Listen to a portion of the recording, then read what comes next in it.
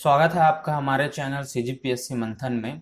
इस वीडियो में हम मेंस पेपर 4 के भाग 3 के साइंस एंड टॉपिक के अंतर्गत सूचना एवं संचार में कंप्यूटर की भूमिका इस टॉपिक को कवर करेंगे। इसमें सबसे पहले हम लोग देखते हैं कंप्यूटर नेटवर्क को। संचार प्रौद्योगिकी में नेटवर्किंग से तात्पर्य विभिन्न डिजिटल उपकरणों से मिलकर बनी व्यवस्था से है। इसका मेन उद्देश्य होता है डेटा शेयरिंग, रिसोर्स शेयरिंग, संयुक्त परियोजनाओं पर काम करना, टाइम सेविंग और कॉस्ट सेविंग। ठीक है, इसके पीछे का जो मूल विचार है नेटवर्किंग के पीछे का, वो सहकारिता से जुड़ा है। ठीक है, जब नेटवर्किंग में सामान्यतः जो है कंप्यूटर को आपस में जोड़ा जाता है, तब इस नेटवर्क को कंप्यूटर नेटवर्क कहते हैं। ठीक है,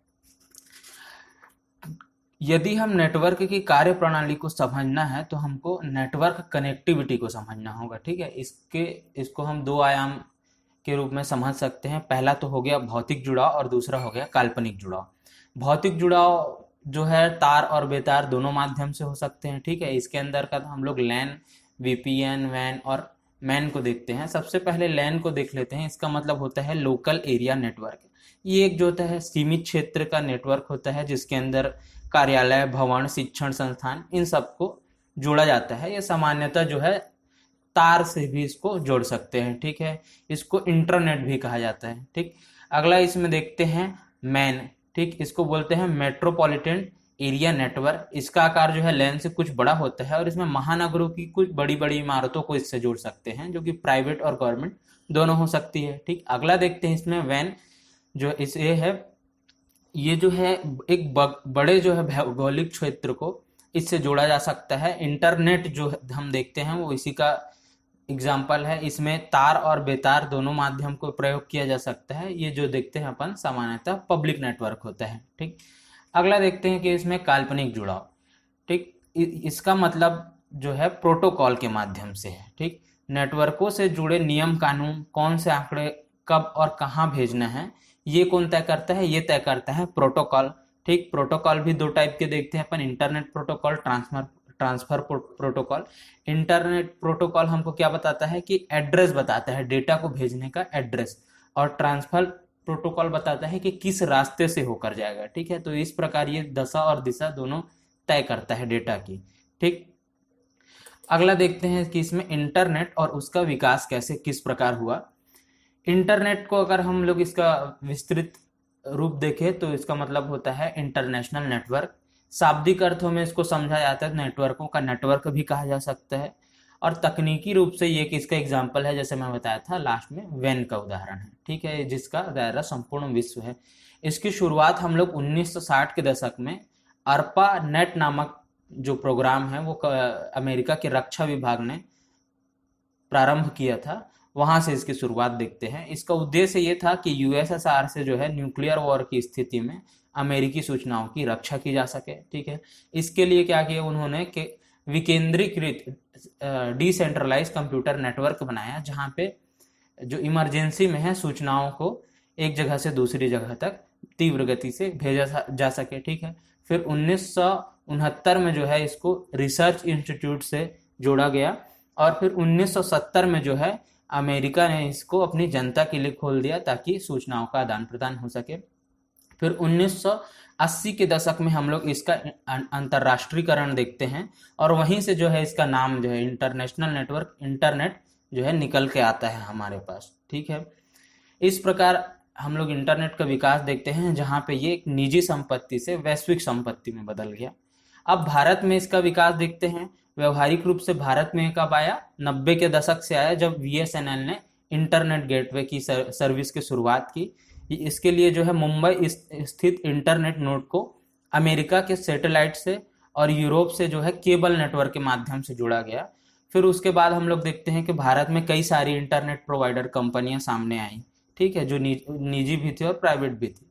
ठीक, अब हम लोग देखते हैं कि इंटरनेट से जुड़ी कुछ प्रमुख शब्दावलियां।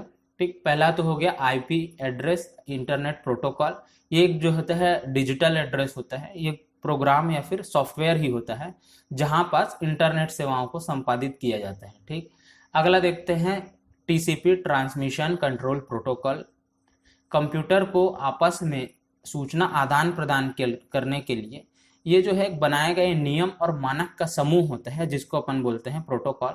ये इंटरनेट पर सूचना आदान प्रदान करने के लिए इसका उपयोग किया जाता है। ठीक, अगला है इसमें फाइल ट्रांसमिशन प्रोटोकॉल। ठीक, यह फाइलों को जो है इंटरनेट में एक कंप्यूटर से दूसरे कंप्यूटर में भेजने का जो सुविधा है उसको आसान बनाता है। ठीक, अगला देखते हैं HTTP hyper text transfer protocol. यह वर्ल्ड वाइड वेब पेज है जो एक कंप्यूटर से दूसरे कंप्यूटर में जो है हस्तांतरण का तरीके को आसान बनाता है। ठीक, अगला देखते हैं इसमें इंटरनेट द्वारा जो हमको प्रमुख सर्विसेज प्राप्त होती है। इसमें पहला है वर्ल्ड वाइड वेब। इसकी शुरुआत जो है टिम बर्नर्स ली द्वारा की गई थी। ये एक काल्पनिक स्थान है जहाँ पे कई सारी सूचनाओं का भंडार होता है और यहाँ पे कोई भी व्यक्ति जो है, कोई भी कंपनी या राष्ट्र अपना वेब पेज बनाकर अपनी जानकारी डाल सकता है और जिसको भी इस जानकारी को सर्च करना है वो सर्च इंजन के माध्यम से इसको खोज सकता है। ठीक है, इसने सूचनाओं की दुनिया में जो है क्रांतिकारी परिवर्तन ला दिया है। आज का सबसे फेमस सर्च इंजन हम लोग गूगल को देखते हैं जो अपने आप में एक टर्म बन गया है। ठीक, अगला देखते हैं इसमें ईमेल। ये एक इलेक्ट्रॉनिक मेल है, एक पत्राचार का जो है डिजिटल माध्यम है। इसके माध्यम से सूचनाओं को जो है विश्व में कहीं भी आसानी से तीव्र गति से भेजा जा सकता है। ठीक, ये काफी ज्यादा सुरक्षित है और तीव्र है। ठीक, सबसे पहले हॉटमेल की जो ईमेल की सुविधा प्रदान करने की जो शुरुआत है वो हॉटमेल ने की थी। ठीक, इसमें अगला देखते हैं पी कॉमर्स। इसमें पी से आशय जो है पाइपलाइन से है और इसका भी मतलब होता है केबल या फिर सैटेलाइट के माध्यम से वस्तुओं तथा सेवाओं की खरीदी बिक्री के लिए एक आधुनिक और अभौतिक जो है बाजार प्रदान करता है। इसके काफ़ी सारे फायदे हम लोग देखते हैं। कॉस्ट सेविंग है, डोर टू डोर डिलीवर करता है इसमें, लेकिन एक प्रॉब्लम हम लोग को क्वालिटी और सिक्योरिटी का जो है वो बना ही रहता है पी कॉमर्स या फिर ई कॉमर्स में जो है। अगला इससे हमको सेवा प्राप्त होता है वीडियो कॉन्फ्रेंसिंग। वीडियो कॉन्फ्रेंसिंग का मतलब है कि दो अलग अलग स्थान पर बैठे व्यक्ति जो है दृश्य श्रव्य वार्तालाप कर सके। इससे जो है सूचना के क्षेत्र में काफ़ी ज़्यादा परिवर्तन आया है। ठीक है, जैसे कि दूरस्थ चिकित्सा अनुसंधान, उच्च स्तरीय शिक्षा, ठीक है, और योजनाओं का अनेक प्रकार से क्रियान्वयन, न्यायालय जो है, ये सब इन सब क्षेत्रों में क्रांतिकारी परिवर्तन आया है। अगला इसमें देखते हैं कि सोशल नेटवर्किंग साइट। ठीक है, सामाजिक संबंधों को नई दिशा प्रदान करने में जो है सोशल नेटवर्किंग साइट्स का एक महत्वपूर्ण योगदान है। इसने भारतीय जनता या फिर किसी भी नागरिक को काफ़ी ज़्यादा सशक्त बनाए हैं। ये एक ऐसी वेबसाइट होती है जहाँ पे दो या उससे अधिक व्यक्ति एक ग्रुप बना सकते हैं या फिर आपस में ही एक दूसरे के साथ विभिन्न तरह की सूचना और विचारों का आदान प्रदान कर सकते हैं। इसके एग्जाम्पल है ऑरकुट, फेसबुक, ट्विटर, इंस्टाग्राम, ये सब। ठीक है, अगला इसमें देखते हैं सर्च इंजन। सर्च इंजन जो है एक ऐसा प्लेटफॉर्म होता है जहां हम इंटरनेट में जो उपलब्ध है उस जानकारियों को खोज सकते हैं। ठीक है, सबसे पहला जो सर्च इंजन है वो वंदेक्स था। गूगल जो है शब्दों को जांच कर सर्च करके लिस्ट जारी करता है। ठीक है, इसके और कुछ उदाहरण हैं जैसे बैदू हो गया, गूगल प्लस हो गया, डकडकगो हो गया, ये सब। ठीक, अगला देखते हैं ई गवर्नेंस। सरकार जो है द्वारा लोगों को सेवाएं जो है बेहतर तरीके से प्रदान करने के लिए, पारदर्शिता से प्रदान करने के लिए और समावेशिता लाने के लिए अपने कार्यों में ई गवर्नेंस जो है काफ़ी ज़्यादा महत्वपूर्ण है। ठीक है, ये सरकार जो है अपनी सेवाओं को संपादित करने के लिए इलेक्ट्रॉनिक माध्यम का प्रयोग करता है। ठीक है, इसमें प्रशासन आपके द्वार का जो विचार है वो चीज़ जो है हमको साकार होते दिखाई देता है। इसके माध्यम से नागरिक जो है सरकार की जरूरी सेवाओं और योजनाओं का जो लाभ है वो घर बैठे प्राप्त कर सकता है और इसके साथ साथ अपने कई सारे दस्तावेज जैसे पहचान पत्र हो गया, Aadhaar card, ration card, PAN card, इन सब को जो है इंटरनेट के माध्यम से बना सकता है। ठीक है, इसमें अगला पॉइंट देखते हैं कि इंटरनेट में नवीन विकास क्या किए गए हैं। ठीक है, सबसे पहला पॉइंट है इसमें वेब 2, वेब 3 और वेब 4 की ओर अग्रसर। इसका प्रयोग जो है इंटरनेट पर वेब 2 को देखते हैं। ये एक ओपन शेयरिंग प्लेटफॉर्म है, ठीक है। इसका प्रयोग इंटरनेट पर सूचनाओं के विस्तार के लिए किया जाता है, जिसमें इंटरनेट का उपयोगकर्ता सूचनाओं के विस्तार में योगदान देता है और अनेक प्रकार के चीज़ों को, जैसे कि वीडियो, इमेज, नॉलेज, इन सब चीज़ों को शेयर कर सकता है और उनके शेयर करने के लिए एक प्लेटफॉर्म बना होता है। इसको आपने देखा होगा, जैसे कि नॉलेज शेयरिंग प्लेटफॉर्म कौन सा हो गया, विकिपीडिया हो गया, कोरा हो गया, ठीक है। वीडियो शेयरिंग प्लेटफॉर्म कौन सा हो गया, यूट्यूब हो गया, गूगल वीडियो हो गया, ये सारी चीज़ें। इमेज शेयरिंग प्लेटफॉर्म में हम लोग पिकासा, इंस्टाग्राम, इन सब चीज़ों को देखते हैं। फेसबुक, ऑरकुट, गूगल, ये सारी चीज़ें जो है सोशल नेटवर्किंग साइट्स के अंतर्गत आती है। इसके अंतर्गत हम लोग इसी श्रेणी में विकास देखते हैं वेब 3 का। इसमें जो है उपयोगकर्ता को उसकी रुचि के अनुसार जो है सूचनाएं प्राप्त होती है, और ये जो वेब 2 में जो समस्या थी बेसिक, उसको दूर करता है। इसमें हमको फिल्टर्ड और सेंसर्ड सूचनाएं मिलती है अपनी सुविधा के अनुसार। इसमें जो है वॉइस रिकॉग्निशन सिस्टम को भी शामिल किया गया है। अगला इसी क्षेत्र में विकास देखते हैं हम देखते हैं वेब 4 को। ये जो है एक भविष्य का वेब प्लेटफॉर्म है। इसको अल्ट्रा इंटेलिजेंट इलेक्ट्रॉनिक एजेंट माना जा रहा है, ठीक है। इसमें एक इंटेलिजेंट यूनिट होती है जो आपको खोजने में मदद करेगा। किसी की रुचि, कार्य व जरूरत को समझते हुए विभिन्न वेब एप्लीकेशन से जो है जरूरी सूचनाओं को निकाल कर ये देता है। इसका वृहद उपयोग हम लोग जो है रोबोटिक्स और एआई जो है आर्टिफिशियल इंटेलिजेंस, उसको डेवलप करने में हम लोग कर सकते हैं, ठीक। अगला इसमें देखते हैं नेट न्यूट्रलिटी, नेट तटस्थता, ठीक है। वर्तमान में जो है इंटरनेट पर प्रदान करने वाली जो सेवाएं हैं उसकी जो है दर जो है समान होनी चाहिए। उसके लिए हमको समान जो है सबको एक समान पैसे का भुगतान करना चाहिए। उपयोगकर्ता को इंटरनेट से कोई सूचना और सामग्री प्राप्त करने के लिए अतिरिक्त भुगतान की जरूरत नहीं होनी चाहिए।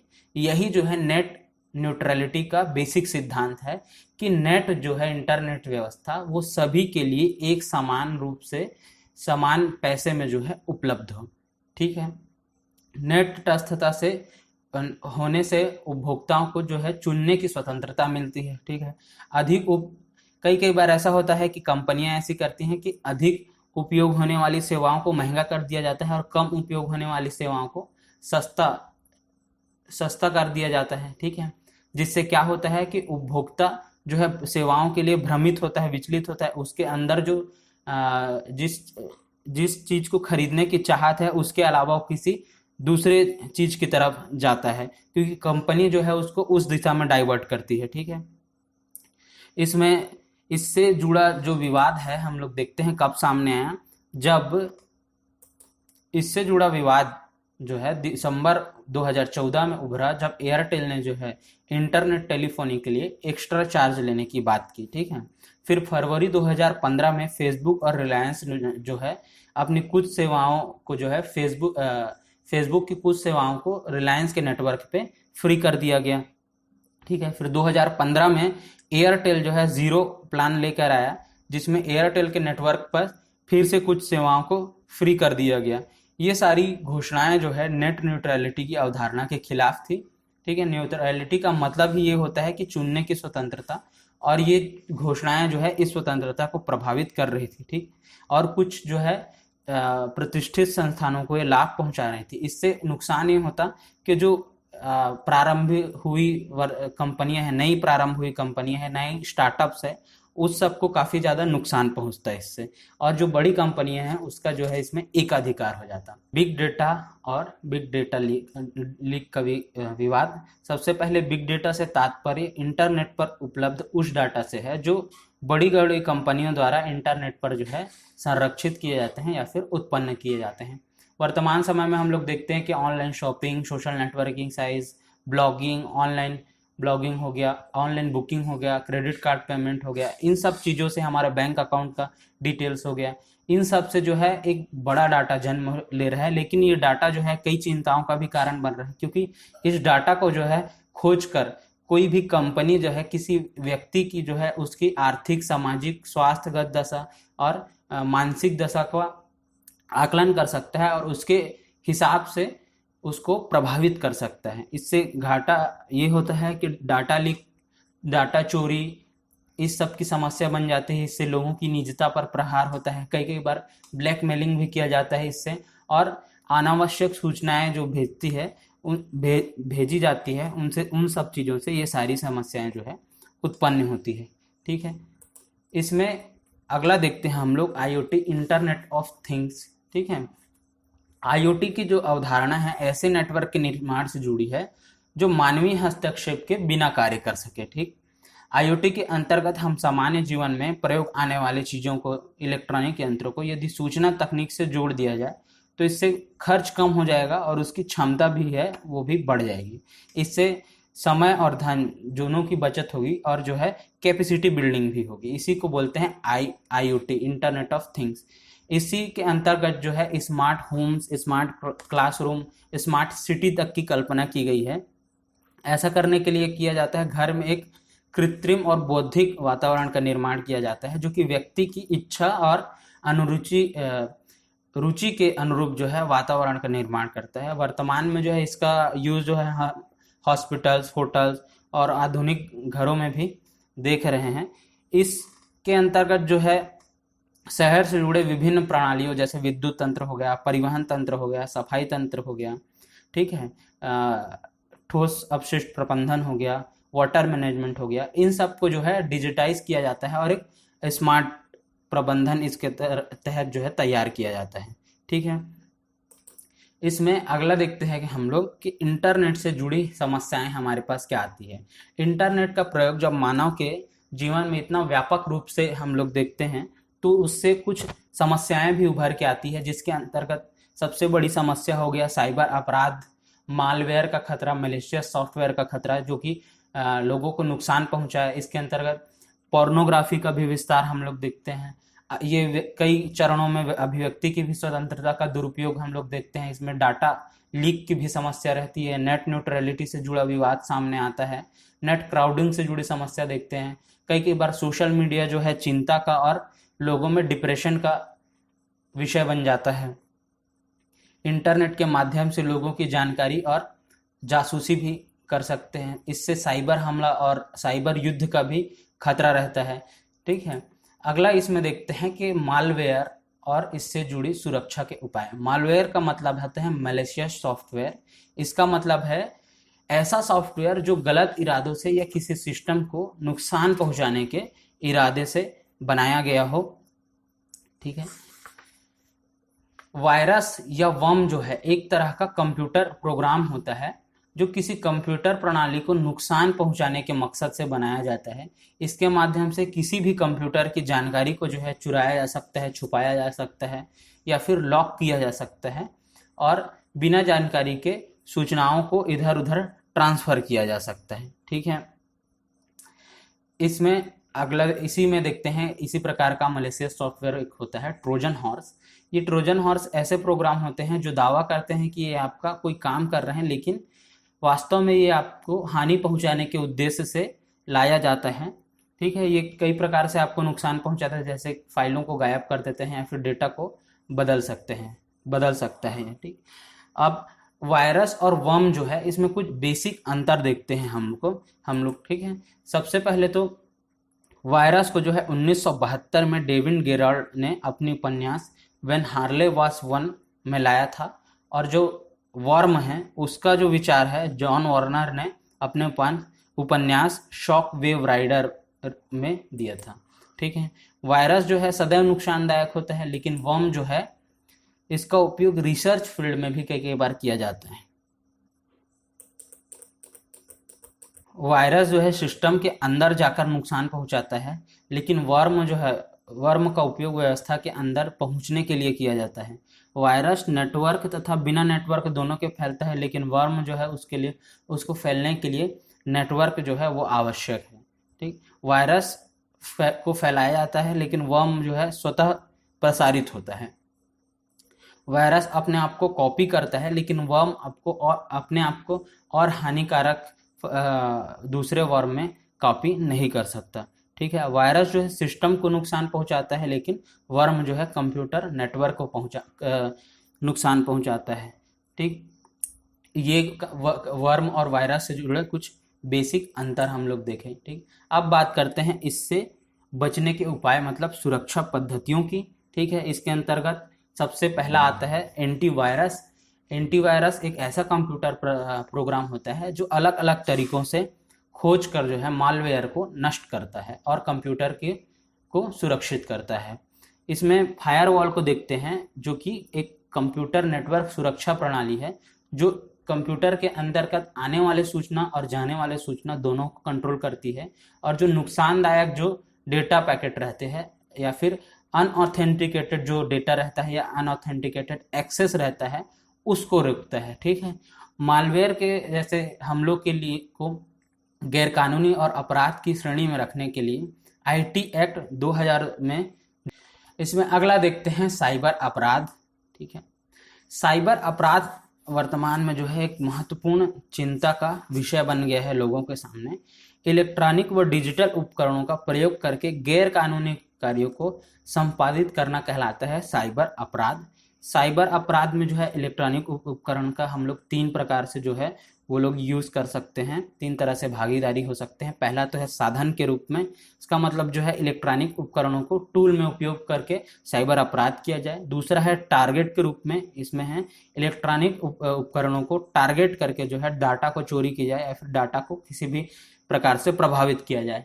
तीसरा जो है सहायक के रूप में, इसमें इलेक्ट्रॉनिक उपकरण का प्रयोग जो है चुराई गई जानकारी को रखने या उसके सहायता के लिए किया जाता है। ये सभी चीजें साइबर अपराध के अंतर्गत आती है विभिन्न प्रकार की, ठीक है।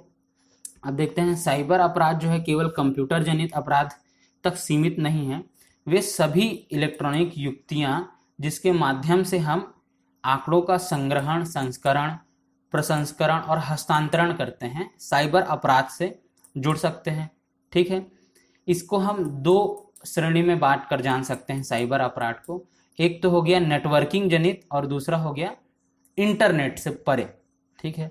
किसी सामान्य कंप्यूटर प्रणाली में अनाधिकृत मतलब अनऑथेंटिकेटेड प्रवेश, जिसे हम हैकिंग, क्रैकिंग के रूप में जानते हैं, जरूरी नहीं कि ये इंटरनेट के माध्यम से ही हो, ठीक है। इसमें जो है कंप्यूटर सिस्टम में प्रवेश के पश्चात जो है किसी भी प्रकार के डेटा की चोरी, ठीक है, सूचनाओं को बदलना, उसमें वायरस डाल देना और गलत तरीकों से वायरस मतलब कंप्यूटर के फाइलों को छेड़खानी करना, ठीक है, ये सभी जो है किसके अंतर्गत आती है, साइबर अपराध के अंतर्गत आती है। इसके अंतर्गत अभी जो वर्तमान समय है उसमें कुछ नए अपराध भी देखे गए हैं, जैसे कि स्पैमिंग हो गया, स्पूफिंग हो गया, फिशिंग हो गया, वेलिंग हो गया, स्टॉकिंग हो गया, ठीक है।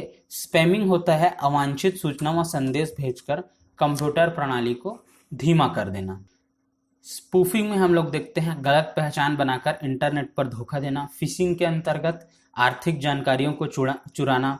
वेलिंग के अंतर्गत बड़े बड़े कंपनियों की डेटाओं को चुराना और उससे उनको ब्लैकमेल करना।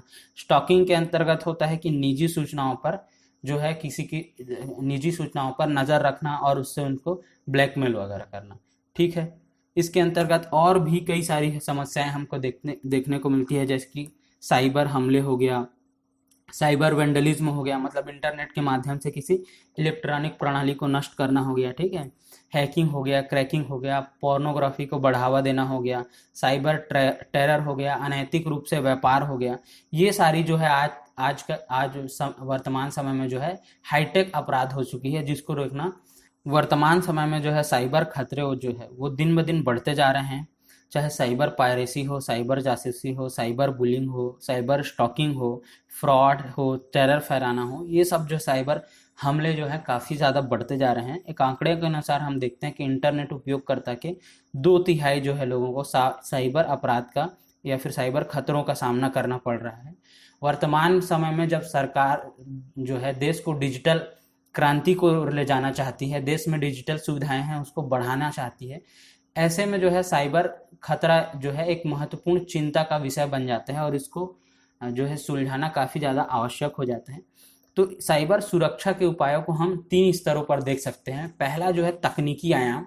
तकनीकी आयाम के अंतर्गत हम लोग पासवर्ड प्रोटेक्शन कर सकते हैं अपने डेटा में, बायोमेट्रिक प्रोटेक्शन लगा सकते हैं, फिंगरप्रिंट लगा सकते हैं, रेटिना स्कैन, फेस स्कैन, ठीक है। एंटीवायरस डाल सकते हैं सिस्टम में, सिस्टम के अंतर्गत एक फायरवॉल डेवलप करा सकते हैं। ये सारी चीज़ें हो गई कौन सी, तकनीकी आयाम।